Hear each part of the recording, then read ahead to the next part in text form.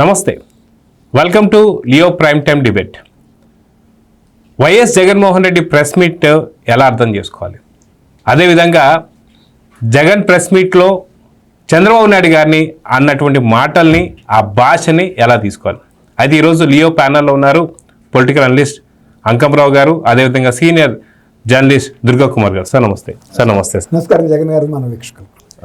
అంకమరావు గారు, మనం చూసుకుంటే YS Jaganmohan Reddy press meet పెడుతున్నాడు అంటే ఖచ్చితంగా దాని గురించి విశ్లేషిస్తానికి చాలామంది నిపుణులు దాని మీద ఏమంటారు వర్క్ చేస్తుంటారని చెప్పేసి అంటుంటారు. వాస్తవానికి రాయలసీమ నీటిపారుదల శాఖకు సంబంధించి గతంలో వైసీపీలో ఉన్నటువంటి ఇద్దరు మినిస్టర్లు ఏం చేశారనేది తీసి పక్కన పెడితే రాయలసీమ ప్రాజెక్టులన్నింటినీ కూడా కూనీ చేసేశాడు చంద్రబాబు నాయుడు గారు అని మాట్లాడుతున్నారు. నిజంగా రాయలసీమ నీటికి సంబంధించి ఆ ప్రాజెక్ట్ని కూనీ చేసింది ఎవరు అంటే ఏం చెప్తారు? అసలు రాయలసీమ అంటే ఏంటో తెలుసా ఆయనకి, జగన్మోహన్ రెడ్డికి? రాయలసీమ సరిహద్దులు తెలుసా? రాయలసీమలో ఎన్ని నీటి ప్రాజెక్టులు ఉన్నాయో తెలుసా? లేకపోతే దానికి లిఫ్ట్ ఇరిగేషన్స్ ఉన్నాయో తెలుసా? ఏ కాలవ లేకపోతే ఏ నదికి సంబంధించి వాళ్ళు నీళ్లు వస్తున్నాయో అనే విషయాన్న తెలుసా? ఈరోజు రాయలసీమ ద్రోహులు ఎవరు? 52 నియోజకవర్గాలు ఉన్నటువంటి రాయలసీమ ప్రాంతంలో 49 నియోజకవర్గాలు ఈయన కట్టబెడితే ఈయన చేసిన ఘనకార్యం ఏంటి? ఏ విధంగా నీటి రంగ ప్రాజెక్టులకు సంబంధించి 12,500 కోట్ల రూపాయలు గత ప్రభుత్వం ఖర్చు పెడితే, చంద్రబాబు నాయుడు గారి ప్రభుత్వం, నువ్వు 5 సంవత్సరాల్లో ఖర్చు పెట్టింది 2,000 కోట్ల రూపాయలు చిల్లర. మరి నువ్వు రాయలసీమకు మేలు చేసావా, కీడు చేసావా? ఈరోజు ఎఫెక్స్ కమిటీ వాళ్ళ దగ్గర కృష్ణానదీ జలాల బచావత్తు దానికి సంబంధించి, కృష్ణానదీ జలాల వివాదానికి సంబంధించి అతను మాకు ఆంధ్రాకి సమానంగా నీళ్లు పంచండి మీరు, ఇది మాకు ఆమోదయోగ్యం కాదు అని చెప్పని అతను ఒక నోటు పెడితే దానికి వ్యతిరేకంగా ఆంధ్రప్రదేశ్ తరపున లేదు అదే కొనసాగాలి, ఇప్పుడు ఎలా కుదురుతుంది, ఎట్లా కుదురుతుంది, ఆయకట్టు మాకెంత మీకెంత అని చెప్పి దాని గురించి డిస్కషన్ చేసుకోకుండా, కనీసం ఏందని ప్రశ్నించకుండా ఈరోజు రాయలసీమను ఎండబెట్టడానికి కారకులు ఎవరు? జగన్మోహన్ రెడ్డే కదా. దానికి సమాధానం చెప్తాడా? కియా పరిశ్రమ. ఈరోజు కియా పరిశ్రమ వల్ల ఎంత మేలు జరుగుతూ ఉంది, ఎంతమందికి ఉపాధి జరుగుతుంది, అక్కడ ఆదాయం ఎంత వస్తుంది రాష్ట్రానికి? దానికి సంబంధించి విడిభాగాల తయారీకి కావచ్చు, దానికి మామూలుగా ఇంకొక ప్లాంట్ పెట్టుకోవడానికి ప్రయత్నం చేస్తే దాన్ని పర్మిషన్ ఇవ్వకుండా ఎల్లగొట్టినటువంటి వ్యక్తి జగన్మోహన్ రెడ్డి ప్రభుత్వంలోనే కదా. చంద్రబాబు నాయుడు గారి ప్రభుత్వంలో వచ్చింది కియా పరిశ్రమ. నీ ప్రభుత్వంలో దానికి సంబంధించి విడిభాగాలకు సంబంధించి దాన్ని తరిమేశావు నువ్వు. జాకీ పరిశ్రమ రాప్తాడ్ నియోజకవర్గంలో ఒప్పుకున్నారు, వాళ్ళు వచ్చారు, అంతర్జాతీయ సంస్థ. నీ వాటాల కోసం, నీ మనుషుల వాటాల కోసం దాన్ని తరిమేశావు. మరి ఈరోజు ఈ నీటికి సంబంధించి విషయాలు చూసుకుంటా ఉంటే ఆ రోజు కేసీఆర్ తోటి వాళ్ళతోటి కలుసుకొని రాయలసీమ ఆంధ్రప్రదేశ్ ఎండిపోవాలి, తెలంగాణ మాత్రమే బాగుపడాలి, ఎందుకంటే హైదరాబాదులో నా ఆస్తులు ఉన్నాయి కాబట్టి, తెలంగాణలో నా భూములు ఉన్నాయి కాబట్టి వాటి విలువ పెరగాలి అంటే ఆంధ్ర బాగుపడకూడదు అనే ఉద్దేశంతో కదా నువ్వు చేసింది. రాయలసీమ ఆ క్షామానికి తోడు ఇట్లాంటివన్నీ చేసుకుంటా ఉంటే, రాయలసీమ ఎప్పటికీ ఇట్లానే ఉంటే, ఇటే ముఠా తగదాల్లో ఈ గాంజా వల్ల, ఈ సారా వల్ల న్యాయమటే ఉంటారనే భావించే కదా నువ్వు చేసింది.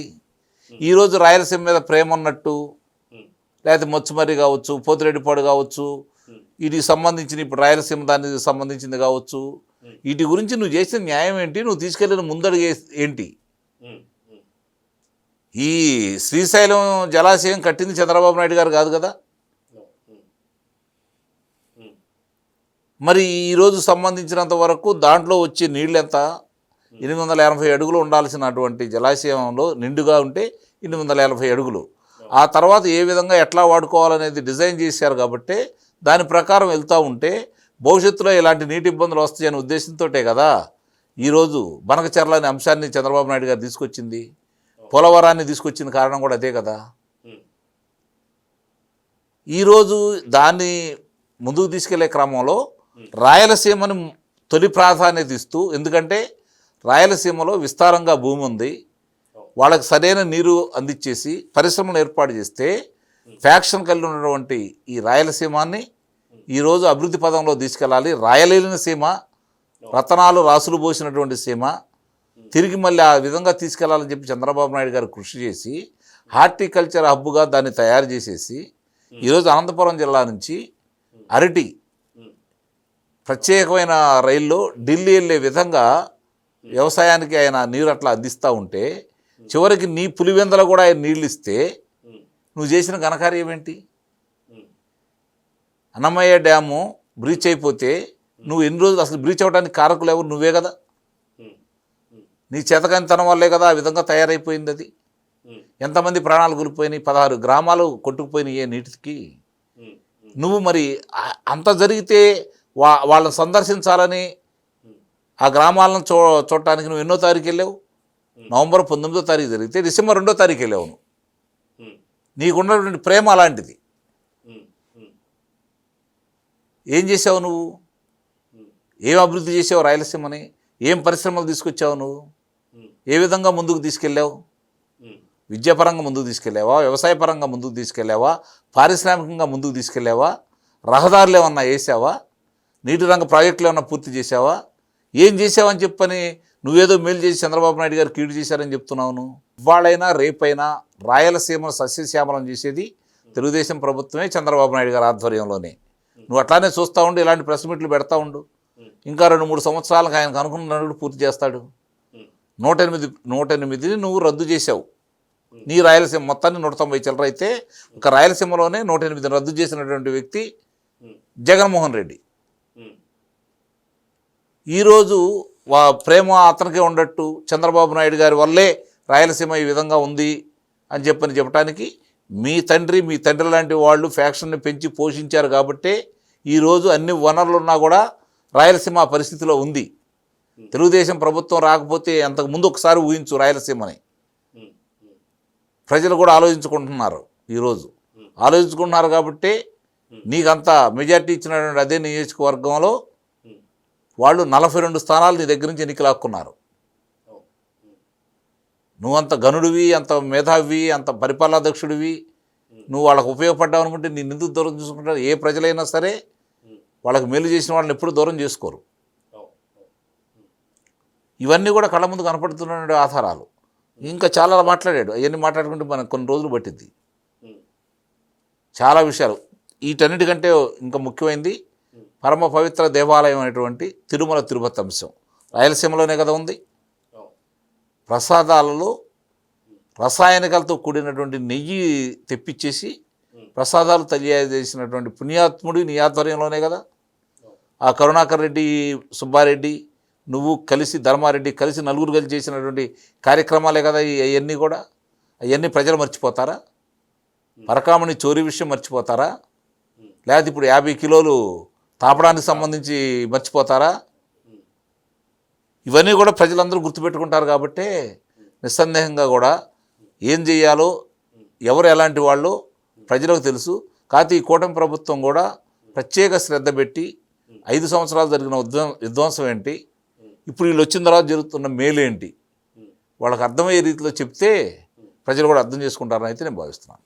అయితే దుర్గాకుమార్ గారు, మనం చూసుకుంటే ఈరోజు జగన్మోహన్ రెడ్డి గారు మాట్లాడిన దాంట్లో ఇంతకుముందు అంకమరావు గారు చెప్తున్నట్టు అసలు నీటిపారుదలకు సంబంధించి సీమకు సంబంధించినటువంటి ప్రాజెక్టులని కూనీ చేసింది ఎవరైనా చాలా క్లారిటీగా అంకమరావు గారు చెప్పారు. అదేవిధంగా భోగాపురం ఎయిర్పోర్ట్కి సంబంధించి కంప్లీట్ క్రెడిట్ నాది అన్నట్టు మాట్లాడుతూ మళ్ళీ ఈ క్రెడిట్ని నారా చంద్రబాబు నాయుడు గారు చోరీ చేస్తున్నారని చెప్పి మాట్లాడుతున్నారు. అసలు ఏంటి దీంట్లో ఉన్నటువంటి వాస్తవాలు ఏంటి? ఒక పరిపక్వత లేని మనిషి ఎలా మాట్లాడతాడో ఒక ఉదాహరణగా చెప్పాలంటే జగన్మోహన్ రెడ్డి గారు అండి. ఆయన గతంలో ఈ రాష్ట్రానికి ముఖ్యమంత్రిగా చేశాడు అని ఎవరైనా చెప్తే కూడా నమ్మరు. ఇప్పుడు అతను మాట్లాడుతున్న స్థితిని చూసి ఈయన ఒక రాష్ట్రానికి ముఖ్యమంత్రిగా 5 సంవత్సరాలు చేశాడు, ఇప్పుడు ఈ మాటలు మాట్లాడుతున్నాడు అంటే ఎంత దురదృష్టకరమైన విషయం. అంటే ఎవరు కూడా రాజకీయ నాయకులు వాళ్ళు గతంలో ఒక స్థాయిలో పనిచేసిన తర్వాత అంతకన్నా దిగజారి మాట్లాడకూడదు. ఇప్పుడు అంకంరావు గారు చెప్పారు, ఆయన రాయలసీమకి తవ్వి తలకెత్తింది ఏముంది అని. చేపల అంగడి తీసుకొచ్చాడు పులివెందులకి, ఫిష్ మార్ట్, ఒక చిన్న షాప్ పెట్టి ఆ ప్రజలను ఉద్దేశించి మాట్లాడతా, మనం ఎప్పుడైనా కలగన్నామా ఇలాంటి అంగడి ఇక్కడ వస్తుందని అన్నాడు. అంటే చేపలు పులివెందులాళ్ళు చూడలేదని ఆ స్టాల్, ఒక షాపు 10/15 ఒక షాపు, అది మత్స్యశాఖ వాళ్ళు ఏర్పాటు చేసే దుకాణం, అది తెచ్చే చాలా సంకలు గుద్దుకున్నాడంటే అతని మానసిక స్థితి ఎలాంటిది అనేది ఆ రోజే పులివెందుల ప్రజలు అర్థం చేసేసుకున్నారు. రాష్ట్ర ప్రజలకు కూడా ఇంకా బాగా అర్థమయ్యాడు. ఇప్పుడు ఆయన అన్నట్టు గతంలో రాయలసీమ బిడ్డ అవుతానని ఎంతో ఘనంగా 52 స్థానాలు ఉంటే 49 ఇచ్చారంటే ఎంత మెజారిటీ ఇచ్చారండి. అలాగే మిగిలిన ప్రాంతాల్లో కూడా బాగా ఇచ్చారు ఇంకా. కానీ ఆయన చేసిన 5 సంవత్సరాల పనితీరు చూసిన తర్వాత అసలు తనకి ప్రతిపక్షం కూడా పనికిరాడనేది కూడా అర్థమవుతుంది. రెండోది మీరు అన్నారు భోగాపురం గురించి. భోగాపురం ఎయిర్పోర్ట్కి 2016లోనే అత్యంత కీలకమైనటువంటి అనుమతులు అన్నీ శాంక్షన్లు అయిపోయినాయి అన్నప్పుడు ఆ రోజున ముఖ్యమంత్రిగా ఉన్నది ఎవరు? ఆయన దానికి సంబంధించి అన్ని కసరత్తులు చేసి రాష్ట్ర విమానాశ్రయాల సంస్థ ద్వారా 850 కోట్ల రూపాయల భూసేకరణకి కావాల్సిన డబ్బులు మనం ఇవ్వాల్సిందే కదా. అప్పుడు కదా వాళ్ళు తీసుకుంటారు సెంట్రల్ సివిల్ ఏవియేషన్ డిపార్ట్మెంటు. అంతేగాని వాళ్ళంతటా వాళ్ళు పెట్టరు. ముందు మనం ప్రాథమికంగా మౌలిక సదుపాయాలన్నీ కూడా సమకూర్చాల్సిన బాధ్యత రాష్ట్ర ప్రభుత్వాలకు ఉంది. అప్పట్లో ఏవియేషన్ మినిస్టర్ కూడా అశోక్ గజపతిరాజు. ఆ భూములు కూడా ఆయన దానం చేసింది. అంత చురుకుగా చేసి వాళ్ళకి అప్పచెప్పేసిన తర్వాత వాళ్ళు కూడా అంతకన్నా చురుగ్గా అన్ని అనుమతులు ఇచ్చేసినప్పుడు ఈయన అన్ని జిల్లాల్లో కూడా విమానాశ్రయాలు పెడతా అని కూడా పెద్ద ప్రకటన చేశాడు. ప్రతి జిల్లాకు ఒక విమానాశ్రయం పెడతా అని. ఎక్కడన్నా ఒక విమానాశ్రయానికి సంబంధించి ఒక లేఖ కనీసం అన్ని జిల్లా కేంద్రాల్లో పెట్టడం సాధ్యం కాదని ఎవరికైనా అర్థమవుతుంది. కనీసం కొన్ని ముఖ్య కేంద్రాల్లో అయినా పెట్టడానికి ఒక లేఖ రాయటానికైనా ఆయన ఎప్పుడన్నా ప్రయత్నించాడా? సివిల్ ఏవియేషన్ రాయాలి కదా, మేము ఇదిగో ఈ ముఖ్య కేంద్రాల్లో ప్రథమ దశలో పెట్టదలుచుకున్నామని. లేఖ రాయలేదు, ఒక గజం స్థలం సేకరించలేదు. కానీ మాటలతో విమానాశ్రయాలు నిర్మిస్తే విమానాలు దిగలేవు అక్కడ. నిన్న ఆయనకి అక్కడ విమానం దిగేటప్పటికి ఎయిర్ ఇండియా విమానం ఒళ్ళంతా గగురుపాటుకు గురయ్యాడు. ఎందుకంటే అభివృద్ధి వచ్చిన సాట జగన్మోహన్ రెడ్డి ఉండలేడు. విద్యుత్ కాంతి ఉంటే దుష్టశక్తులు ఉండలేవు. అవి ఎప్పుడు చీకటిలోనే బ్రతుకుతాయి. గబ్బిళాలు ఎప్పుడన్నా మీరు వెలుతురులో ఉంటాం మీరు చూసారా? పాడుబడి నీళ్లలోనూ చీకటి ప్రదేశాల్లో. అట్లాగే ఇప్పుడు ఆయనకి అది ఒక్కసారి కళ్ళు బైర్లు కమ్మినాయి. దీంతో వెర్రిగంగిర్లు ఎత్తి వాళ్ళ ప్రెస్ కాన్ఫరెన్స్ పెట్టి ఉండయి లేని కూడా నిందలో చంద్రబాబు నాయుడు గారి మీద. భాష అన్నిటికీ మించి నువ్వు ఒక ముఖ్యమంత్రిగా పనిచేసిన వ్యక్తివి, ఒక రాజకీయ పార్టీకి అధినేతవి, ఎంత సంస్కారవంతంగా మాట్లాడాలి. నీ తండ్రి వయస్కుడైన చంద్రబాబు నాయుడు గారిని పట్టుకుని నీ ఇష్టానుసారం గతంలో మాట్లాడావు. కనీసం ప్రజలు శిక్షించిన తర్వాత కూడా నీకు ఆ సంస్కారం అనేది అలవాటు పడలేదు. వాళ్ళ పార్టీకి చెందిన రాజమోహన్ రెడ్డి గారు కూడా చెప్పాడు, పుట్టుకతో ఒక సంస్కారం లేకపోయినా మనం అబ్బించుకోవాలి, నేర్చుకోవాలని కూడా ఆయన చెప్పాడు తండ్రిలాగా. అయినా కూడా ఇప్పుడు నువ్వు అన్ని పబ్లిక్ మీడియాలో మాట్లాడుతుంటే ఆంధ్రప్రదేశ్ ప్రజలకి మంచి ఏంటో చెడు ఏంటో తెలీదా? వాళ్ళ భోగాపురం నువ్వు క్లెయిమ్ చేసుకుంటున్నావు అంటే ఏం ప్రయత్నం చేసావని. అది కాకుండా ఇంకొక పెద్ద మాట ఏం మాట్లాడాడంటే రాజధాని లేని సాట చంద్రబాబు నాయుడు గారు కార్యక్రమాలు చేస్తున్నాడని చెబుతున్నాడు. రాజధాని లేకపోతే నువ్వు ఎక్కడి నుంచి 5 సంవత్సరాలు నీ పరిపాలన జరిగింది? అమరావతి నుంచి రాజధాని లేకుండా ఎలా పరిపాలించావు నువ్వు? నీ అసెంబ్లీ సమావేశాలు ఎక్కడ పెట్టావు? నీ సెక్రటేరియట్ ఎక్కడుంది? హైకోర్టు ఎక్కడుంది? ఇవన్నీ కూడా రాజ్యాంగబద్ధంగా జరిగినటువంటి పరిపాలన. మరి ఎక్కడ చిన్న అవకతవకలు కూడా జరగలేదు కదా. ఇంకా అది దాన్ని ఏంటారు, గ్రాఫిక్స్ అనే స్టేజ్లోనే ఉన్నాడు ఇంకా. అంటే మానసికంగా మరి ఆయన్ని ప్రజలు ఎలా అర్థం చేసుకుంటారు? ఇట్లాంటి మాటలు మాట్లాడుతున్న వ్యక్తిని ఇవాళ చంద్రబాబు నాయుడు గారు అధికారంలోకి వచ్చిన తర్వాత కనీసం 50,000 మంది కార్మికులు అక్కడ పనిచేస్తున్నారు. కొన్ని వేల కోట్ల రూపాయలతో మిగిలిన పనులు పూర్తి చేసి ఈ 5 సంవత్సరాల్లో ఆయన ఆయన 5 సంవత్సరాల్లో ఇప్పటికి ఇంకా 3 సంవత్సరాలు మిగిలి ఉంది, పూర్తి చేయడానికి కంకణబద్దులైనారు. వాళ్ళు సాధించి చూపిస్తారు కూడా, ఎందుకంటే ఆల్రెడీ కనపడుతుంది ప్రగతి. దాంతో నువ్వు తాడేపల్లిలో కట్టుకున్న రోజు కూడా ఏం చెప్పావు, రాజధానిలో నేను ఇల్లు కట్టుకుంటున్నాననే కదా తాడేపల్లిలో కట్టుకున్నది. ఆయన చేసిన పనులు కూడా ఆయన విరుద్ధంగా మాట్లాడుతున్నాడు. ఇటువంటి వ్యక్తుల యొక్క విశ్వసనీయత ప్రజల్లో, లేకపోతే ఇలాంటి వ్యక్తుల పట్ల గౌరవం ఏమన్నా ఉంటుందా? ప్రజలు ఎన్నుకోబట్టి ప్రజాప్రభుత్వం ఏర్పాటైంది, కానీ నువ్వు ఒక వంచన ద్వారా వచ్చి నువ్వు ప్రజల మీద చేసిన దాష్టికాలు కానీ నీ కుటుంబ సభ్యులు కూడా నీ దాష్టికాలను తట్టుకోలేకపోయారు. కొంగు పట్టుకుని ప్రాణహాని ఉంది, మాకు ప్రాణరక్షణ కోసమైనా జగన్మోహన్ రెడ్డిని ఓడించాలి అని నీ కుటుంబం నుంచే పిలుపు వచ్చింది. 2019లో నీ తల్లి చెల్లి నీ కోసం కాళ్ళకి బల్పాలు కట్టు తిరిగి అభ్యర్థించారు, నువ్వు ఒక సచ్చీలుడివి, మంచి వ్యక్తివి, మంచి ప్రభుత్వం ఇస్తావని. నువ్వు వాళ్ళ తల మీద మేకులు కొట్టడమే కాకుండా నిన్ను ఎన్నుకున్న ప్రజల తల మీద కూడా మేకులు కొట్టిన తర్వాత ఇప్పుడు వాళ్ళు ఆ గాయాల నుంచి తేరుకున్న టైంలో మళ్ళీ నువ్వు ఈ ప్రభుత్వాన్ని కూల్చడం కోసం ఎన్ని ప్రయత్నాలు చేసావు. ఢిల్లీ కూడా వెళ్ళి రాజకీయ హత్యలు జరుగుతున్నాయి అన్నావు, ఇది అన్నావు, అది అన్నావు. మళ్ళీ ఇప్పుడు ఈ ప్రభుత్వం యొక్క నేను చేసిన ప్రగతిని, నువ్వు చేసిన ప్రగతే కనుక ఉంటే అసలు నీకు 11 స్థానాలు ఎందుకు వస్తాయి? ఆ 11 కాదు, ఆ 164 కూడా నీకే వచ్చాయి. నువ్వు చేయటంలో విఫలం కాబట్టికే వాళ్ళ ప్రజలు ఇచ్చిన తీర్పునన్నా శిరసా వహించి అసెంబ్లీకి వెళ్తే నువ్వు ఒక బుద్ధిమంతుడి కింద ఉండేవాడు. ప్రజలు తిరగొట్టినా నాకు ఇచ్చిన బాధ్యత వరకు నువ్వు నెరవేర్చమని, అంతే కదా. అటువంటిది పరిస్థితుల నుంచి రాష్ట్రాన్ని దిక్కుమాలిన స్థితికి తీసుకెళ్ళబట్టి ఇవాళ చంద్రబాబు నాయుడు గారు ఇన్ని రకాలైనటువంటి ప్రయత్నాల ద్వారా మళ్ళీ పునర్విశ్వాసం కల్పిస్తున్నాడు పారిశ్రామికవేత్తలకి. ఇంతకుముందు మన అంకమరావు గారు చెప్పారు, కియా అనుబంధ పరిశ్రమలు కూడా అక్కడ పెడదాం అనుకుంది, తర్వాత ఉత్పత్తి సామర్థ్యం కూడా పెంచుదాం అనుకుంది. కానీ గోరంట్ల మాధవ్ లాంటి వ్యక్తులు అక్కడ ఎంపీగా ఉండి ప్రోటోకాల్ కోసం పిలిపిస్తే వాళ్ళ ఎగ్జిక్యూటివ్స్నే బెదిరించారు, వీళ్ళు డబ్బులు గుంజుతున్నారు. అవన్నీ కూడా బహుళ జాతి సంస్థలు, వాళ్ళు ఒక్క రూపాయి కూడా ఏది అది జువారీ సిమెంటు ఎల్లంటి వాళ్ళని ఎంత ఏడిపించారు. జాకీద్ అంటే రాప్తాడులో అది వాళ్ళు తొలి దశలోనే ముగిచుకెళ్ళిపోయారు. లుల్లు ఇప్పుడు లుల్లు తీసుకొస్తే కూడా మళ్ళీ దాంట్లో ఎన్నో ఎత్తుతున్నారు.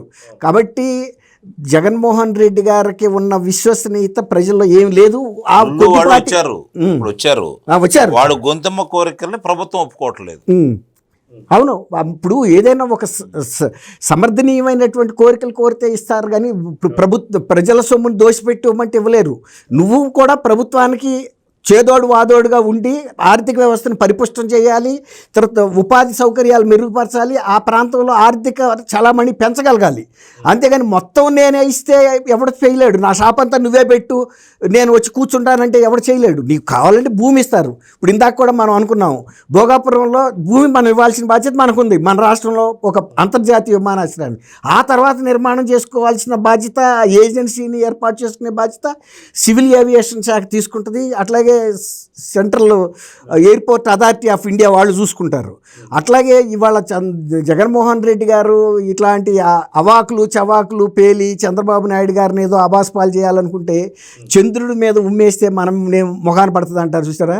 ఇవాళ జగన్మోహన్ రెడ్డి పరిస్థితి అదే. ఇవాళ కూడా ఆయనకి సరైన సలహాలు ఇచ్చేవాళ్ళు లేరు, తీసుకునే అంత పరిపక్వత ఆయనలో లేదు. సరే, ఇక్కడ అంకమరావు గారు మనం చూసుకుంటే ఏదైతే ఇందాక దుర్గా కుమార్ గారు చెప్తున్నట్టు వైఎస్ జగన్మోహన్ రెడ్డి గారు మాట్లాడే భాషా విధానం కూడా అసలుకి చంద్రబాబు నాయుడు గారిని పట్టుకొని నువ్వు మనిషివేనా అని చెప్పి అనడం కానీ, నీ దిక్కుమాలినటువంటి ఒక ఐడియాలు ఇవన్నీ అసలు అంత పెద్ద వ్యక్తిని పట్టుకుని గతంలో కూడా ఎన్నోసార్లు మనం మాట్లాడుకున్నాం.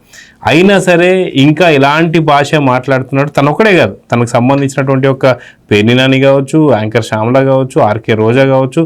ఆర్కే రోజా అయితే గతంలో 2 రోజుల క్రితమే మనం చూసుకుంటే అయితే రాయలసీమకు సంబంధించి ప్రాజెక్టుల గురించి మాట్లాడుతూ అటు ముఖ్యమంత్రి చంద్రబాబు నాయుడు గారిని గాడు గీడని మాట్లాడుతుంది, పవన్ కళ్యాణ్ గారిని కూడా సేమ్ అదే విధంగా మాట్లాడుతుంది.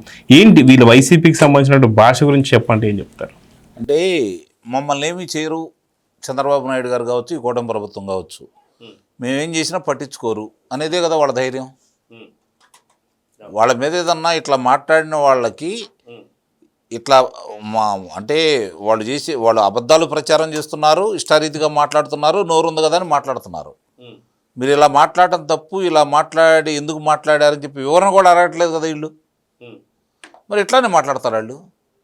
వాళ్ళ తప్పేముంది? ఇప్పుడు దొంగతనం చేస్తున్నాడు, దొంగతనం చేసేవాడు నీ కళ్ళ ముందు దొంగతనం చేశాడు, వాడిని వదిలేసావనుకో నీ ఇంట్లో కూడా వచ్చి దొంగతనం చేస్తాడుగా, పక్కింట్లోకి వెళ్ళి దొంగతనం చేస్తాడుగా. ఆ దొంగతనం చేసేటప్పుడు పట్టుకొని న్యాయస్థానానికి అప్పచెప్పి రెడ్ హ్యాండెడ్గా ఇలా జరిగిందని చెప్పని నువ్వు చూపిస్తే న్యాయస్థానం అయితే శిక్ష వేసింది కదా. వదిలేశారు అనుకో, వాడి నన్ను ఎవరు పట్టించుకోవట్లేదు, వాడి చేతిలో చిన్న కత్తి ఉంది అని భావించి ఎవడు దగ్గరికి వెళ్ళట్లేదు అనుకో, అన్నిళ్ళలో అల్లం చేస్తాడుగా. వాళ్ళకి వీళ్ళకి వ్యత్యాసం ఏముంది? ఇష్టారీతిగా ఎందుకు మాట్లాడుతున్నారు ఇలా? ఏకవచనంతో సంబోధనతో పాటు ఇష్టారీతిగా ఎట్లా పడితే అలా మాట్లాడుతూ ద్రోహులు ఇక రకరకాలుగా మాట్లాడుతూనే ఉన్నారు కదా.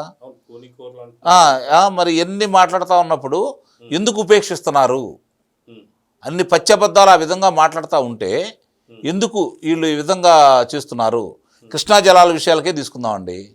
కేంద్ర జలశక్తి మంత్రి దగ్గర ఎఫెక్స్ కమిటీ మీటింగులో స్వయంగా కేసీఆర్ మాకు ఇది ఇప్పుడు ఉన్నటువంటి ఆంధ్రాకి 522 టీఎంసీలు, 512 టీఎంసీలు, మాకు 299 టీఎంసీలు ఆమోదయోగ్యం కాదు, ఇద్దరికి సమంగా పంచాలని చెప్పాడు కదా అని అన్నాడు కదా ఆయన. మరి అన్నప్పుడు దాన్ని ఎందుకు అభ్యంతరం చెప్పలేదు? దానివల్ల నష్టపోయేది ఎవరు? రాయలసీమ ప్రాంత వాసులే కదా. ఇప్పుడు అప్పర్ తుంగభద్ర డ్యామ్గా సంబంధించి కర్ణాటక ప్రభుత్వం చేయాలని తలంచింది. ఆ రోజు నువ్వు అభ్యంతరం చెప్పావా? దానివల్ల నష్టపోయేది ఇది అనంతపురం, కర్నూలు జిల్లాలే కదా, అవి రాయలసీమలోనే ఉన్నాయి కదా. నువ్వు మొన్నకుండా ఎందుకు ఊరుకున్నావు? నీకు సంబంధించి హైదరాబాద్లో నీకున్న ఆస్తులకు సంబంధించి నువ్వు అక్కడే పెరిగితే చాలు, నీ ఆస్తుల విలువ పెరిగితే చాలు, నీ సంపాదన పెరిగితే చాలు, రాష్ట్రం ఏమైపోయినా పర్లేదు అనుకునే కదా నువ్వు ఈ విధంగా చేసుకుంటా వస్తుంది. ఇవన్నీ ప్రజలు గమనించారే, ఈరోజు ఆ నిర్ణయానికి వచ్చారు వాళ్ళు. కాబట్టే ఇప్పుడు కూటమి ప్రభుత్వం మీరు అన్నట్టు రోజా మీద ఎన్ని అభియోగాలు ఉన్నాయి. అడుదాం ఆంధ్ర కింద 100 కోట్ల రూపాయల పైచిలకు అక్కడ కిట్లు పంచే కార్యక్రమంలో కుంభకోణం జరిగిందనేది ఒకటి ఉంది, విచారణ జరుగుతూ ఉంది ఆమె మీద. అలాగే రుషికొండ ప్యాలెస్కి 452 కోట్ల రూపాయలు న్యాయస్థానం కూడా తప్పుడు నివేదికలు అందజేసి పర్యావరణ అనుమతులు కూడా లేకుండా వాళ్ళు చేసిన దాన్ని కళ్ళ ముందు కనపడతానే ఉంది. సొంత నియోజకవర్గంలో ఎస్సీ మహిళ, ఆమెకి మున్సిపల్ చైర్మన్ ఇస్తానని చెప్పని 17వ వార్డు మెంబర్గా గెలిచిన ఆమెని మున్సిపల్ చైర్గా ఇస్తామని బేరం ఆడుకొని 70 లక్షల రూపాయలకు బేరం ఆడుకుంటే 40 లక్షల రూపాయలు చెల్లిస్తే వేరే వాళ్ళకి ఇస్తే ఏంది అని అడిగితే 2.5 సంవత్సరాలు వాళ్ళకి ఇస్తాం, 2.5 సంవత్సరాలు మీకు ఇస్తామంటే మెలకొని కూర్చుంది ఆ అమ్మాయి. ఆ తర్వాత ఎందుకు ఇవ్వలేదు అని అడిగితే డబ్బులు ఇవ్వలేదు. డబ్బుల కోసం గొడవ చేస్తే చివరికి 23 లక్షల రూపాయలు ఇచ్చాను, ఇంకా 17 లక్షలు ఇవ్వలేదు. ఆమె స్వయంగా వచ్చి మీకు నాకు చెవిలో చెప్పలేదుగా, ప్రెస్ ముందే చెప్పింది కదా, ప్రపంచం మొత్తం చూసింది కదా. దాని మీద చర్యలు తీసుకోవచ్చు కదా ఈ కూటమి ప్రభుత్వం. ఎందుకని చేయట్లేదు? కాబట్టి వాళ్ళు మాట్లాడుతున్నారు. అదే నేను చెప్పబోతుంది. అలా చేయటం లేదు కాబట్టి వాళ్ళు మాట్లాడుతున్నారు. చర్యలు తీసుకుంటే జగన్మోహన్ రెడ్డి ఎన్నిసార్లు ఇది? ఇప్పుడు జగన్మోహన్ రెడ్డి ఆ విధంగా మాట్లాడుతున్నాడు. ఆ విధంగా మాట్లాడేటప్పుడు అతను బెయిల్ కండిషన్లు ఏంటి అసలు? ఫస్ట్ అతను బెయిల్ కండిషన్లు ఏంటి? దాన్ని వైలేట్ చేసి మాట్లాడుతూనే ఉన్నాడు కదా. దాన్ని ఉల్లంఘించాడని చెప్పని ప్రభుత్వం తరపున మీరు సిబిఐ కోర్టులో ఎందుకు ఒక మెమరాండం వీరు? అతని మీద ఇట్లా జరుగుతుంది, అతను బెయిల్ రద్దు చేయండి అని చెప్పని మీరు ఎందుకు పెట్టలేదు? అప్పుడు కదా వాళ్ళు మెలగొండ ఊరుకునేది, ఇష్టారీతిగా మాట్లాడకుండా. ఇది ఒకసారి కాదు కదా, పోలీసులను బెదిరిస్తున్నాడు, సుబ్బరాయుడు గారిని బెదిరించాడు, వాళ్ళ పులివెందులకు సంబంధించిన డిఎస్పీని బెదిరించాడు. మన మాట్లాడి పోలీసులు ఎక్కడున్నా సప్తసముద్రాల అవతల ఉన్నా కూడా తీసుకుని వస్తానని చెప్పని మాట్లాడుతున్నాడు. మరి ఎన్నాళ్ళు ఇలా ఎన్నిసార్లు బెదిరిస్తాడు? అలా ఎందుకు చూస్తా కూర్చుంటున్నారు? అందువల్ల అతను ఇట్లా మాట్లాడుతున్నాడు. వదిలేస్తే ఇంతకంటే ఎక్కువ మాట్లాడతాడు. చర్యలు ఉంటే ఓ భయం అనేది ఉంటుంది. వామ్మో మనం ఇలా మాట్లాడకూడదు, దీనికి ఈ విధంగా చర్యలు ఉంటాయని చెప్పని. అది వీళ్ళు అమలు చేయలేకపోవటం వల్ల ఈరోజు రోజా అయినా, గుడివాడ అమర్నాథ్ అయినా, లేకపోతే అంబటి రాంబాబు అయినా, లేకపోతే మిగిలిన వాళ్ళు ఎవరైనా సరే వాళ్ళందరూ ఆ విధంగా మాట్లాడుతున్నారు. ఆ రోజు వాళ్ళు ఏమేం చేశారో 5 సంవత్సరాల్లో స్వయంగా చంద్రబాబు నాయుడు గారు అన్నారు కదా, వాళ్ళ మీద విచారణ చేయాలంటే 30 సంవత్సరాలు పడుతుందని, అంటే అన్ని నేరాలు చేసిన వాళ్ళని మీరు వదిలేస్తున్నారా అని చెప్పి ఈరోజు ప్రశ్నల్లో చంద్రబాబు నాయుడు గారిని అడుగుతున్నారు ప్రజలు. మరి కూటమి ప్రభుత్వమే సమాధానం చెప్పాలి దానికి. ఇన్ని మంచి పనులు చేస్తున్నారు, ఇన్ని లక్షల కోట్ల రూపాయలు పెట్టుబడులు తీసుకొచ్చారు, ఇన్ని పరిశ్రమలు వస్తున్నాయి, ఈరోజు రొమ్ము విరుచుకొని దమ్ముగా చెప్పుకోవచ్చు మేము గూగుల్ డేటా సెంటర్ తెచ్చుకున్నామని. డిఎస్సిని చూసుకుందాం, 15,949 మందిని ఈరోజు రిక్రూట్ చేసుకున్నారు. ఇవన్నీ కళ్ళ ముందు కనపడతానే ఉన్నాయి. ఇవి మీరు చేసే మంచి పనులు. ఈరోజు క్వాంటమ్ వ్యాలీ కావచ్చు, ఏఐ టెక్నాలజీకి సంబంధించింది కావచ్చు, ఆర్సెల్ మెటల్ కావచ్చు, ఇలా ఒకటేంటి ఎన్నో రకాల పరిశ్రమలు తీసుకొస్తున్నారు. ఇవన్నీ ప్రజల కోసమే కదా. ఇవన్నీ గ్రౌండ్ అయితే ఇందుట్లో మొత్తం కూడా అక్కర్లా, డేటా సెంటర్ ఇటు అవుతుంది, మిగిలినన్నీ కూడా 50% గ్రౌండ్ అయినా కూడా కనీసం 10 లక్షల మందికి ఉద్యోగ కల్పన అయితే జరిగింది కదా. ఇవన్నీ చూసే కదా చంద్రబాబు నాయుడు గారు 20 లక్షల ఉద్యోగాల టార్గెట్ను వదిలేసి నేను 50 లక్షలు అని చెప్పని ఆయన అనుకుంటుంది. అంటే ఊహించిన దానికంటే పెట్టుబడులు ఎక్కువ వస్తున్నాయి కదా. అంటే జగన్మోహన్ రెడ్డి ఏదో చేస్తాడని భయం ఉంటే వాళ్ళు ఎందుకు వస్తారు? జగన్మోహన్ రెడ్డి ఇక రాడు అనే నిర్ణయానికి వాళ్ళు వచ్చే కదా వస్తుంది. ఇప్పుడు అమరావతి పనులు వేగవంతంగా పూర్తవుతున్నాయి, పోలవరం. తర్వాత చంద్రబాబు నాయుడు గారిని ఎందుకు అరెస్ట్ చేశారు? ఇసుక సంబంధించి ఉచిత ఇసుక ఇచ్చాడు, ప్రభుత్వానికి నష్టం చేకూర్చాడనే కదా. ఇప్పుడు 452 కోట్ల రూపాయలు 9 సంవత్సరానికి 9 కోట్ల రూపాయల ఆదాయం వచ్చే ఋషికొండ హరిత రిసార్ట్స్ని దాన్ని పడగొట్టేసి 452 కోట్ల రూపాయలు ఖర్చు పెట్టి నీకు అక్కడ కట్టాడు కదా. దాని మీద ఏం చర్యలు తీసుకోవాలి? ఈరోజు పీపీఎల్ రద్దు చేసేసి, ఇది కరెంటుకు సంబంధించి విద్యుత్కు సంబంధించిన ఒప్పందాలను రద్దు చేసేసి 9,000 కోట్ల రూపాయలు ఒక్క యూనిట్ కూడా వాడుకోకుండా కట్టాడు కదా. మరి దాని మీద ఎందుకు చర్యలు తీసుకోకూడదు? పోలవరం రివర్స్ టెండరింగ్ ద్వారా నీకు అన్ని వేల కోట్ల రూపాయల నష్టం వచ్చింది కదా. ఈరోజు ఇన్ని సంవత్సరాలు ఆలస్యమైంది కదా. దాని మీద ఎందుకు అతను నోటీస్ ఇవ్వరు? ఇలాంటివన్నీ చాలా ఉన్నాయి, చెప్పుకుంటా పోతే 1,15,00,000 ఉన్నాయి, కళ్ళ ముందు కనపడతానే ఉన్నాయి. దీనికి సంబంధించినంత వరకు దానికి బాధ్యులైన వాళ్ళందరూ వాళ్ళ మీద చర్యలు తీసుకునే అధికారులు, ప్రజాప్రతినిధులు, మంత్రులు, వీళ్ళందరూ దాంట్లో భాగస్వాములు కాబట్టి వాళ్ళ మీద కనుక చర్యలు తీసుకునే దిశగా కనుక ముందుకెళ్తే అన్నీ సర్దుకుంటాయి. ఇక మాట్లాడే వాళ్ళు ఉండరు, నోరెత్తరు, జాగ్రత్తగా చేసుకుంటూ వెళ్ళిపోతారు, ఊరి దగ్గర పెట్టుకుంటారు. అది చేయనప్పుడు వాళ్ళు ఇలానే మాట్లాడతారు. వాళ్ళు మాట్లాడేది మనం బాధపడుతున్నామే తప్ప ప్రభుత్వానికి బాధ ఉన్నట్టు నాకైతే అనిపించట్లా. వాళ్ళకేం చురుకుమంటలా. చంద్రబాబు నాయుడు గారి దగ్గర ఉంది ఆ రోజు వాళ్ళ దాంట్లో కత్తి ఇట్లా పెట్టి కత్తికి రక్తపు సార్లు గారే విధంగా వేసుకొని ఆయన చేతిలో కత్తి పెట్టి నారాసుర రక్త చరిత్ర అని చెప్పని అన్నారు. దాని మీద ఇప్పటివరకు చర్యలేవి? మామూలు విషయం ఆయన మీద మాట్లాడటం. పరకామణి కూడా నారామణి, పరకామణి కాదు, పరకామణి మొన్న అన్నారు అనుకో, అంతకుముందు పింక్ డైమండ్ అన్నారు. ఇవన్నీ కూడా ఆధారాలు సహా బయటకు వచ్చిన తర్వాత కూడా మీరు ఎవరు చెప్పారు, ఏంటి, ఎందుకు ఇట్లా మాట్లాడారని చెప్పని దాని మీద చర్యలు తీసుకోవాలి కదా. 10 మంది మీద చర్యలు తీసుకుంటే 10 లక్షల మంది మేరకు కూర్చుంటారు. ఆ చర్యలు తీసుకునే దిశగా వెళ్ళాలా వద్దా? అది ఈరోజు ప్రజలందరూ కోరుకుంటున్నటువంటి విషయం. మీరు అన్నీ చేస్తున్నారు, వీళ్ళ మీద కూడా చర్యలు తీసుకోండి. మీరు ఎంత చేసినా కూడా జనానికి తృప్తిగా ఉండదు. వీళ్ళ మీద కానీ చర్యలు చేసుకున్నారు అనుకోండి, కరెక్ట్గా చంద్రబాబు నాయుడు గారు మంచి పనులు చేస్తున్నారంటారు, అవతల వాళ్ళకు ఒక భయం అంటూ ఏర్పడింది. ఈరోజు రాష్ట్రానికి పెట్టుబడులు రావద్దని చెప్పని, అమరావతికి అప్పులు ఇవ్వద్దని చెప్పని ప్రపంచ బ్యాంకులు కూడా వాళ్ళు మెయిల్స్ అని ఉత్తరాలు రాస్తూనే ఉన్నారు కదా. మిగిలిన ఎవరు వస్తున్నారో వాళ్ళందరికీ రాస్తూనే ఉన్నారు కదా. గూగుల్ సంస్థకు కూడా రాశారు కదా. మరి అందరూ కూడా చూస్తా కూర్చుంటే ఎలా? ఇప్పుడు అతను చేసినట్టు రఘురామకృష్ణరాజు గారి లాగానో, అచ్చెన్నాయుడు గారి లాగానో, పట్టాభి గారి లాగానో, కొలువు రవీంద్ర గారి లాగానో, లేకపోతే జేసీ ప్రభాకర్ రెడ్డి గారి లాగానో, దూడిపల్లి నరేంద్ర కుమార్ లాగానో ఆయన చేసినట్టు మిమ్మల్ని చేయమని మేము అంటలా. చర్యలన్నా కూడా లేకుండా ఎట్లా? ముందు అసలు ప్రారంభం అన్నా చేయాలి కదా. ఇవన్నీ కూడా కళ్ళ ముందు కనపడుతున్నాయి కదా. అప్పుడే కదా వాళ్ళు మేరకొని కూర్చున్నది. ఈ విధంగా ఈరోజు వచ్చి అన్ని పచ్చపెద్దాలు మాట్లాడుతూ ఉంటే ఎన్నిసార్లు ఇలా సాంకేతికంగా కొన్ని ఇబ్బందులు ఉంటే ఉండొచ్చు. ఇప్పుడు వాళ్ళు కోర్టుకు వేశారు, భోగాపురం ఉంది, అమరావతి మీద కోర్టుకు వేశారు. అవన్నీ క్లియర్ చేసుకుంటేనే కదా ఇప్పుడు మొదలవుతుంది. మరి వీటిని కూడా అట్లానే తొలగించాలి కదా మీరు. ఇవి చేసుకుంటూ ముందుకెళ్తే నిస్సందేహంగా కూడా కూటమి ప్రభుత్వం ఇంత కష్టపడుతున్న దానికి చంద్రబాబు నాయుడు గారు, లోకేష్ బాబు గారు దేశ విదేశాలు తిరిగి కాలికి బలపం కట్టుకొని దేశ విదేశాలు తిరిగి పెట్టుబడులు తీసుకొస్తున్న ఈ క్రమంలో ఇట్లాంటి విషయాలు మాత్రమే దృష్టి పెట్టాలని అయితే నేను మనస్ఫూర్తిగా కోరుకుంటున్నాను. అయితే ఫైనల్గా దుర్గాకుమార్ గారు, మన అంకమరావు గారు చెప్తున్నట్టు ఖచ్చితంగా ఏదైనా సరే చర్యలు లేకపోవడం వల్లే ఇలా పూర్తిగా మితిమీరినటువంటి భాష కావచ్చు ఇవన్నీ కూడా జరుగుతుందని చెప్తున్నారు. అదే కాకుండా ప్రెస్ మీట్లలో కూడా వాస్తవానికి వాస్తవం లేనటువంటివి అన్నీ కూడా ఒప్పిస్తానికి, నమ్మిస్తానికి వాళ్ళు చేస్తున్న సర్వ ప్రయత్నాలు కూడా మనం చూస్తూ వస్తున్నాం.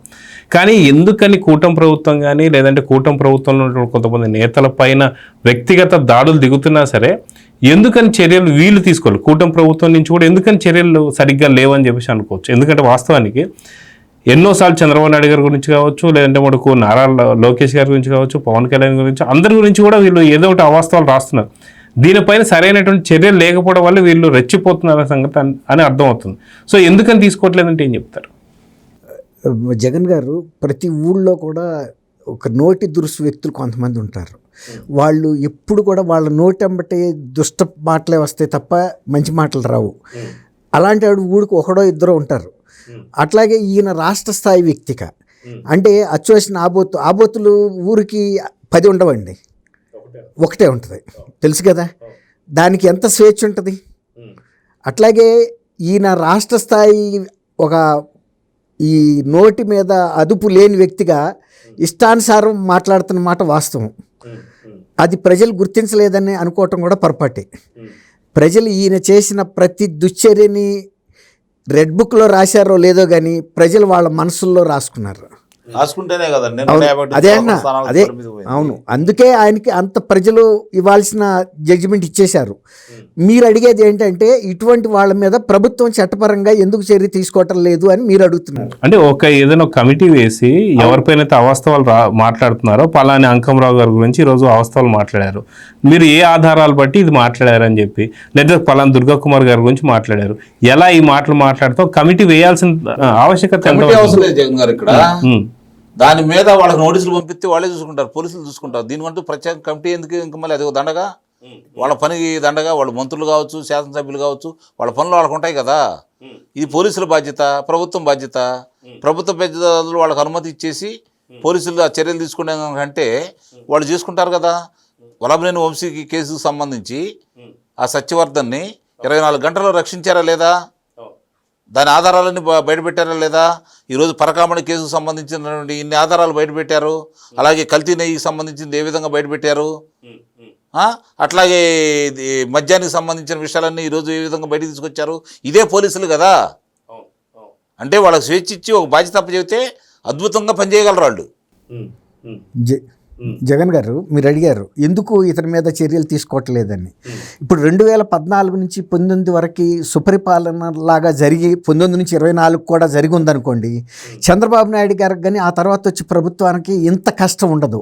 ఇల్లంతా చిందరవందర చేసేసి ఇల్లంతా గుంటలు తవ్వేసి వెళ్ళిపోయిన దాంట్లోకి కొత్తగా ఒక వ్యక్తి కాపురం పెట్టడానికి వస్తే ఇంట్లో సామాను లేకపోగా ఆ ఇల్లంతా పెద్ద గోతులు తవ్వేసి అరాచకం చేసి వెళ్ళిపోయారు.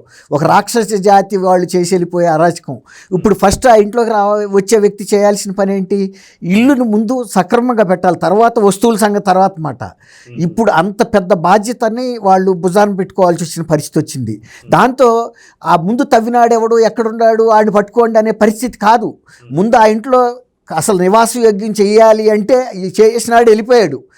ముందు ఆ పరిస్థితులన్నీ చక్కదిద్దే పరిస్థితిలో వీళ్ళకి ఇదే సరిపోతుంది. కాబట్టి ఆ దొంగ ప్రశాంతంగా వాడు మానాడు బతుకుతున్నాడు, ఎక్కడో చెట్టు కిందో పుట్ట కిందో తేలుతున్నాడు. అసెంబ్లీ లాంటి రాజ్యాంగ వ్యవస్థల ముందుకు కూడా రావట్లేదు. ఈ బాధ్యత తక్కువగా కెమెరాల ముందు ఏదైనా మాట్లాడవచ్చు. అంతెందుకు కెమెరాల ముందు వీరు చెప్పినట్టు కత్తి పెట్టి జలజల రక్తం కారుతుంటే నారాసుర రక్త చరిత్ర అని కింద నుంచి పైరాక వేశాడు. అందులో ఏమన్నా నిజముందా? నోటి మాటే కదా. అలాంటి మాటలే ఎక్కడో మాట్లాడుతుంటే ఎవరేం చేస్తారు? నిజానికి ఆ సాక్షి పత్రిక మీద కానీ సాక్షి టీవీ మీద కానీ ఇవాళ కూడా చర్య తీసుకోవచ్చు. అవేమి మూసేయలే, ఇంకా ఆ సంస్థలు నడుస్తున్నాయి. ఎవరి మీద అయితే వాళ్ళు ఆరోపణ చేశారో ఆ వ్యక్తి వాళ్ళ రాష్ట్ర ముఖ్యమంత్రిగా కూడా ఉన్నాడు.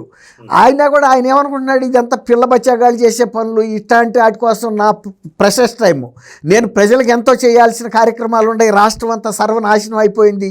ఇప్పుడు అగ్ని ప్రమాదం జరిగినప్పుడు ముందు అగ్ని ప్రమాదాన్ని ఆపుతామా, ఎవడు నిప్పెట్టి వెళ్ళాడు ఆడి పట్టుకుంటాను పరిగెత్తాం, మీరు చెప్పండి జగన్ గారు. కరెక్ట్. ఫస్ట్ అయితే అగ్నిని అయితే ఆపుతాను, తర్వాత ఆడి అగ్గిపుల్ల గీసినాడు ఎవడో, పెట్రోల్ పోసినాడు ఎవడో తర్వాత మాట. అందులో అనేక మంది ప్రజల ఆర్తనాదాలు వినపడుతున్నాయి. ఇప్పుడు చంద్రబాబు నాయుడు గారు ఆ పరిస్థితిలో ఉన్నాడు, ఒక ఫైర్ మ్యాన్. ఫస్ట్ ఆ మంటలు నార్పాలి. ఎట్లా? ఒక రకం కాదు, అతను చేసిన విధ్వంసం, ఆర్థిక విధ్వంసం చేశాడు, సామాజిక పరంగా విధ్వంసం చేశాడు, మౌలిక రంగాలని విధ్వంసం చేశాడు, పారిశ్రామికవేత్తల విశ్వసనీయతను దెబ్బతీశాడు. ఇక్కడ పరిశ్రమలు పెడితే మనకి దక్కవు, వాళ్లే బినామీ పేర్ల మీద రాయించుకుంటారనే తెలుసు. కేవీ రావుని చీఫ్ మినిస్టర్ ఇంటికి పట్టుకెళ్ళిపోయి అదేమన్నా చిన్న బడ్డీ దుకాణమా లేకపోతే జగన్మోహన్ రెడ్డి పెట్టిన చేపల దుకాణమా, రాయించేసుకుంటే ఏముందలే అంటానికి. కాకినాడ పోర్టు బ్రహ్మాండమైన లాభాల్లో నడుస్తుంది, బ్రహ్మాండమైన ఎగుమతులు జరుగుతున్నాయి. ఆంధ్రప్రదేశ్ ఒక ముఖద్వారంగా ఉన్న పోర్టు, ఇంపార్టెంట్ పోర్టు, ఆ ఇంపార్టెంట్ పోర్టును కూడా లాగేసుకోవడానికి ప్రయత్నించారు. తర్వాత ఇవాళ పీపీపీ గురించి వాళ్ళే వెళ్ళి కోర్టులో ఈ విధానాన్ని రద్దు చేయమన్నాడు. ఆయన అడ్వర్టైజ్మెంట్లో ఆయన పేపర్లో కూడా వేసాడు ఫుల్ పేజెస్, రండి 17 మెడికల్ హబ్బుల డెవలప్మెంట్లో భాగస్వాములు కండి అని. ఒక దొంగ పిలిస్తే ఎవడొస్తాడండి? ఒక విశ్వసనీయత గల మంచి వ్యక్తి పిలిస్తే వస్తారు. నువ్వు గనక పిలిచిన దానికి వాళ్ళు కనుక వస్తే ఆడు కట్టబోయే టైంకి ఇతను వెళ్తాడు, మీకు ఖాళీ చేసి బయటికి పదండి అంటాడు. రాష్ట్రాన్నే కొల్లగట్టిన వ్యక్తికి ఒక మెడికల్ కాలేజీ లాక్కోవటం ఒక లెక్క. నీకు ఇచ్చిన మెజార్టీని, నీకు ఇచ్చిన అధికారాన్ని ఎందుకు ఉపయోగించావు? నువ్వు రాష్ట్రాన్ని దోసుకుని నీ వ్యక్తిగత ఖజానా నింపుకున్నావు. రాష్ట్రంలో అనేక మంది లిక్కర్ మూలాన్ని ఎంతమంది చనిపోతే ఉన్న దయా దాక్షిణ్యమా? లిక్కర్ విధానాన్ని ఎక్కడన్నా శాసనసభల్లో చట్టసభల్లో నిర్ణయిస్తారు కానీ ఒక ప్రైవేటు వ్యక్తులకి ఇచ్చి మనకు వచ్చే విధంగా దోపిడీ విధానాన్ని చేయమని చెప్పాడు. విజయసాయి రెడ్డి కూడా చెప్పాడు కదా, మేమే నిర్ణయించామని. ఇటువంటి సమయంలో చంద్రబాబు నాయుడు గారు ఆయన ప్రెషస్ టైంని ఈ అగ్గిపుల్ల గీసి వెళ్ళినాడు కోసం పరిగెత్తుకుంటా వెళ్తే రాష్ట్రం మొత్తం తగలబడిపోద్ది ఈ 5 సంవత్సరాల్లో. ముందు ఆయన ఆ కార్యక్రమం పట్టుకుని ముందు అగ్ని ఆపి మళ్ళీ పునర్నిర్మాణం చేసే కార్యక్రమం జరుగుతుంది. ఆ ప్రయత్నంలో ఇంటికి దహనం నిప్పంటించిన వ్యక్తి తప్పుకుంటున్న మాట కరెక్ట్, కానీ అంతకంటే ప్రథమ ప్రాధాన్యం మంటలు ఆర్పటం, ప్రజల్ని రక్షించటం. 2 కార్యక్రమాలు ఒకేసారి జరుగుతూ ఉన్నాయి. తర్వాత డెవలప్మెంట్ కూడా మళ్ళీ ఈ ఇంటికి ఏమేమి కావాలో అన్ని రిపేర్ తగలబెట్టాడు. 2 ఇంట్లకి వెళ్తున్నాడు, ఊరు మొత్తం తగలబెడతాడు. ఊరంతా తగలబెట్టిన చూత కూర్చుంటారా? అట్లా చూస్తారండి మీరు? కరెక్ట్ కాదది. ఇప్పుడు నాశనం అనేది జరిగింది. అసలు అవన్నీ కరెక్ట్ కాదు. చర్యలు అనేవి ఉండాలి. వాళ్ళది బాగు చేస్తున్నాము, ఇవన్నీ చేస్తున్నాం అంటే అవన్నీ కరెక్ట్ కాదు. పావు ఇంట్లో ఉంటుందండి, పావు ఇంట్లో ఉంటుంది, తేళ్ళు ఇంట్లో ఉంటాయి. సొత్త కూర్చుంటావా, తిరుగుతావా, కాటెత్తే పోతావు. నేను అదే చెబుతున్నా, అటువంటి దుష్ట శక్తులను అన్నింటినీ క్లీన్ చేసుకుని కానీ మనం కాపురానికి పెట్టలేము. కాదు, ఇక్కడ కూడా ఈ చర్యలు ఉండాలి కదా. వాడు దొంగ దోసుకెళ్తున్నాడు, ఇల్లు తగలబెడుతున్నాడు, 2 ఇంటి కూడా తగలబెట్టిందా చూద్దామా, 3 ఇల్లు తగలబెట్టి చూద్దాం, ఊరంతా తగలబెట్టిందాకా ఎదురు చూస్తూ ఉంటారు మీలాంటి వాళ్ళు. అందుకే వయసు ఇట్లా వచ్చిన వాళ్ళు అందరూ ఇట్లా మాట్లాడుతున్నారు కాబట్టి ఇట్లా ఉంది. చంద్రబాబు గారు కూడా పెద్ద ఆయనే కదండి, మరి ఆయనకేమో మరి పరిపక్వత ఎక్కువ ఉంది. మీ అంత దూకుడుగా ఆయన పెట్టుబడులు తీసుకొస్తున్నాడు, ఆయనకు 20 సంవత్సరాల తర్వాత ఆలోచిస్తున్నాడు కాబట్టి ఇది మీద చేపెట్టాలి. 95 ముఖ్యమంత్రిగా ఆయన ఏం చేశాడో అది కావాలని కోరుకుంటున్నారు ప్రజలు. ఆయన కూడా అంటున్నాడు నేను 95 ముఖ్యమంత్రి అవుతానని, ఎదురు చూస్తా ఉన్నారు. ఇంతకంటే తోపులు తురుములు వాళ్ళు కూడా వాళ్ళు ఏం చేశారో, వాళ్ళు ఏ విధంగా చర్యలు తీసుకున్నారో మన కళ్ళ ముందు తెలుసు. ఆయన కళ్ళ ముందు అసెంబ్లీకి వచ్చి వాపోయారు. శాసనసభ్యుడు సొక్క పైకెత్తి చూపించాడు, నన్ను ఎట్టగొట్టారు పోలీసులని. ఈరోజు చేయమని మనం అంటలా, ఆ భయం అనేది ఏర్పడాలా. రాజధాని వదిలిపెట్టి పారిపోయారు, చాలా రాష్ట్ర బహిష్కరణ జరిగింది, నగర బహిష్కరణ జరిగినాయి, ఫ్యాక్షనిజాన్ని అణిచివేశాడు. ఇవన్నీ సవ్యంగా చేసినప్పుడే మీరు అన్నట్టు ఫలాలు అందుతాయి. శాశ్వత అధికారం సంవత్సరం 6 నెలలు అయిపోయింది అంటే ఒక పక్క అభివృద్ధి పెట్టాలా. అభివృద్ధి ఏమైంది? 2019లో 14-19 వరకు అభివృద్ధి చేశారు. ఆ ఫలాలు ప్రజలందరూ కూడా ఎవడు దోచుకున్నాడు? ఎందువల్ల? ప్రభుత్వాలు. కాబట్టి ఆ రోజే గనక చంద్రబాబు నాయుడు గారిని ఉప ఎన్నికల్లో కాల్ చేయాలి, సముద్రంలో ఇసిరేయాలి అన్నప్పుడు చర్యలు తీసుకుంటే ఈరోజు ఆ ధైర్యం ఉండేది కాదు కదా. అది ఇవాళ కూడా తీసుకోవచ్చు అంకమరావు గారు. ఇప్పుడు అవన్నీ రికార్డెడ్గానే ఉన్నాయి. ఆ రోజు ఇంకోటి ఏంటంటే అంకమరావు గారు మీ వయసు కన్నా నేను కొంత పెద్ద ఆయన్ని, నాకన్నా చంద్రబాబు నాయుడు గారు ఇంకా పెద్ద ఆయన, కాబట్టి మీ అంత ఆవేశం దూకుడు నేను ఆవేశం కాదు, ఉండదు. రాష్ట్ర ప్రయోజనం మనకంటే ఎక్కువ ఆలోచిస్తారు చంద్రబాబు ఆలోచిస్తున్నారు. నాయుడు గారు. అందుకే ఆగాల్సి వస్తుంది. మనం ఆలోచించిన దాంట్లో 1% కూడా మనం ఆలోచించలేము. అవును, ఇప్పుడు ఆయనకి మనం ఒక ఇల్లు సమర్థించుకోవడమే మన వల్ల కావట్లేదు, ఒక గ్రామాన్ని సమర్థించడమే మన వల్ల కావట్లేదు. అట్లాంటిది 175 నియోజకవర్గాల మీద దృష్టి పెట్టి రాష్ట్రం మీద అభివృద్ధి గురించి దృష్టి పెట్టడం అంటే మామూలు విషయం కాదు. మానవ మాత్రులు సామనమయ్యే పని కాదు అది. ఆయనకు మాత్రమే సాధ్యమైంది. అదే నమ్మకం. దాంతోపాటు అంత శంపడే ఆయన వీళ్ళ మీద దృష్టి పెట్టాల్సిన అవసరం ఉందని నేను అనుకోవట్లేదు. బాధ్యతగా దాన్ని తీసుకునే వాళ్ళకి అప్పచెబితే వాళ్ళ పని వాళ్ళు చేసుకుంటూ ఉంటారు. అది ఇప్పుడు మీరు వారు చెప్పినట్టు ఆయన ప్రెషస్ టైంని ఇలాంటిది చిన్న దుస్తుల మీద పెట్టే పరిస్థితి కాదు.